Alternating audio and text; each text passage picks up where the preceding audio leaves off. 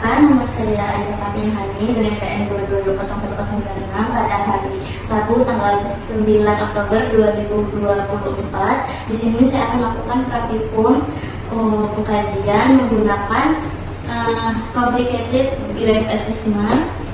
Tujuannya supaya kita tahu atau kita bisa menggambarkan perasaan pasien setelah proses berduka ini. Sebelumnya saya sudah membaca rekam medis pasien, sudah mencuci tangan, dan saya siap untuk menghadap ke pasien.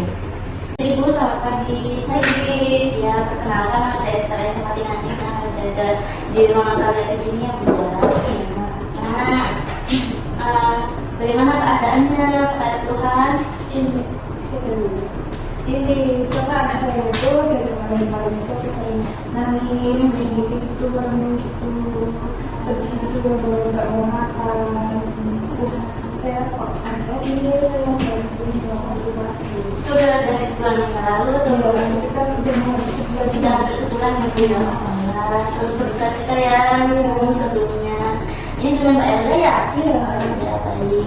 Oke, di sini saya akan melakukan ini ya, apa namanya, pengisian pengkajian berduka menggunakan complicated grief assessment. Nah, ini tujuannya supaya menggambarkan perasaan Mbak ya selama sebulan terakhir ini bagaimana setelah ditinggalkan orang-orang yang tersayang.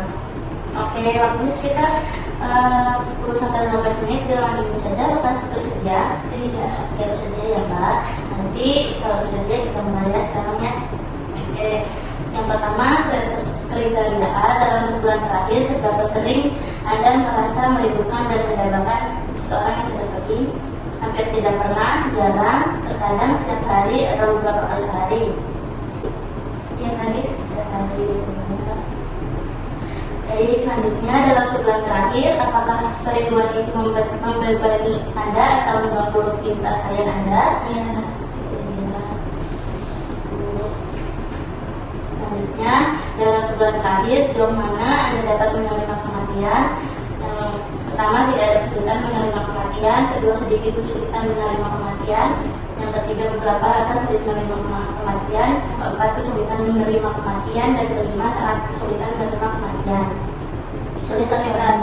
Masih kesulitan ya Pak Ida. Terus dalam sebulan terakhir sejauh mana Anda mengalami kesulitan untuk mempercayai orang lain? Yang pertama, tidak ada kesulitan untuk mempercayai orang lain. Yang kedua, sedikit kesulitan untuk mempercayai orang lain. Yang ketiga, beberapa rasa sulit mempercayai orang lain.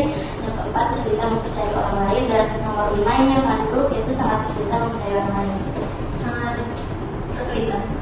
Kesulitan mempercayai orang lain ya Mbak ya. Oke, selanjutnya dalam sebulan terakhir sejauh mana ada rasa pahit atas kematian? Ada rasa pahit, yang kedua sedikit rasa pahit, terus ketiga rasa pahit yang beberapa, keempat rasa pahit yang nyata, dan yang kelima rasa pahit yang sangat ekstrim. Rasa pahit yang menyata.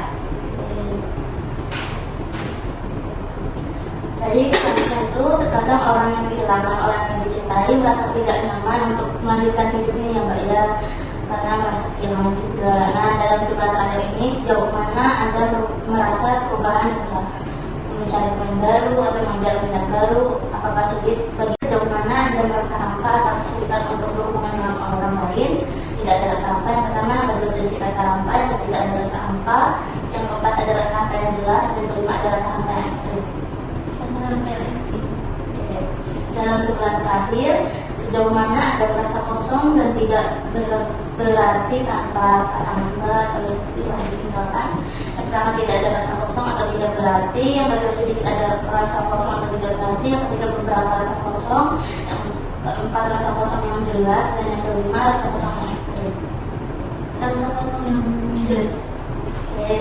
Dalam sebulan terakhir ini sejauh mana Anda merasa masa depan tidak memiliki makna atau tujuan tanpa kasih Mbak yang sudah meninggal?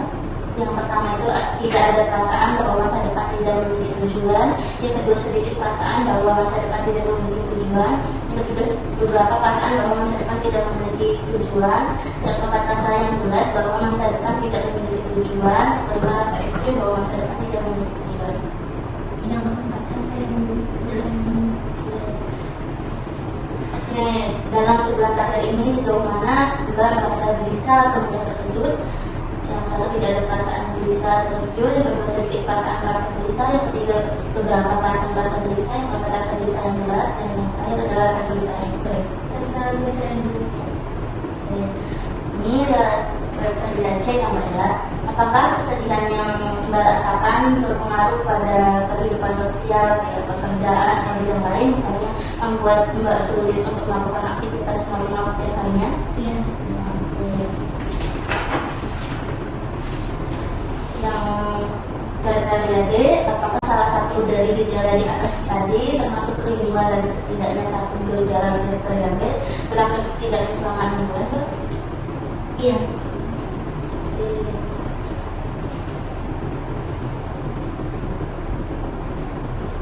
Oke, sudah ya Mbak ya.